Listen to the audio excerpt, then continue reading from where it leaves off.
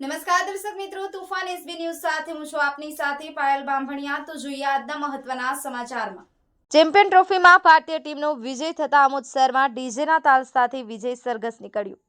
Champion ટ્રોફીમાં 8 ટીમો સામેલ હતી, જેમાં ગ્રુપ એ માં ઇન્ડિયા, ન્યૂઝીલેન્ડ, બાંગ્લાદેશ, પાકિસ્તાન હતું, જ્યારે ગ્રુપ બી માં south Africa, Australia, Afghanistan, England હતું।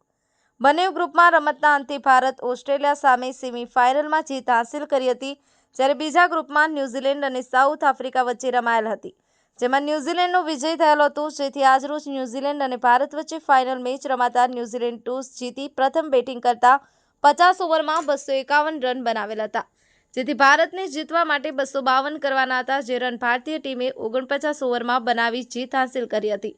જે અનુસંધાને આમોદ શહેરમાં મહિલાઓ સાથે ડીજેના તાલે વિજય સરઘસ આતિશબાજી સાથે નીકળેલ હતું। વિજયની ખુશીમાં એકબીજાને મીઠાઈ ખવડાવી ભારતીય ધ્વજ સાથે આમોદ શહેરીજનો ખુશીથી ઝૂમી રહેલ નજરે પડ્યા હતા। શહેરમાં કોઈ અનિચ્છનીય બનાવ ન બને તે માટે પોલીસ મોબાઈલ સતત પેટ્રોલિંગમાં હતી, તેમજ વિજય સરઘસ સાથે બંદોબસ્ત પણ ગોઠવી આપેલ હતો। Bureau chief Maqsood Patel, Tufan SB news, Amod.